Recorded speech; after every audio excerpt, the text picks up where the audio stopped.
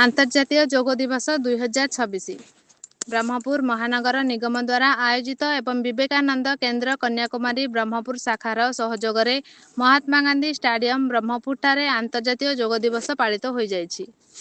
एही कार्यक्रम में मान्यवर सांसद श्री प्रदीप पाणिग्राही, मान्यवर ब्रह्मपुर विधायक श्री के अनिल कुमार, महानगर निगम कमिशनर गंजाम जिला बीजेपी सभापति श्री सरोज कुमार सावत एवं बहु विशिष्ट व्यक्ति उपस्थित रही। महिला, युवक, युवती, छात्र छात्री, वरिष्ठ नागरिक सह शताधिक योगप्रेमी योगदान करी सुस्थ जीवन पाई योगर गुरुत्व को उपलब्धि करथिले। एक पृथ्वी एक स्वास्थ्य पाई योग। आसंतु नियमित योगाभ्यास माध्यम रे सुस्थ व समृद्ध समाज गठन करिबा। एकम धीरे धीरे हाथ ऊपर को लई जिबा, धीरे धीरे तलक आनी संपूर्ण बुलाइबा।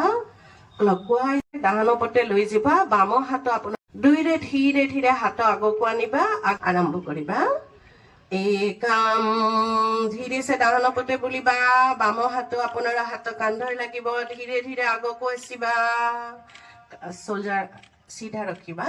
फिर सेकेंड टाइम दुए धीरे धीरे बाम पटे जिबा, दुए धीरे धीरे ऊपर को उठी जिबा, दुई हाथ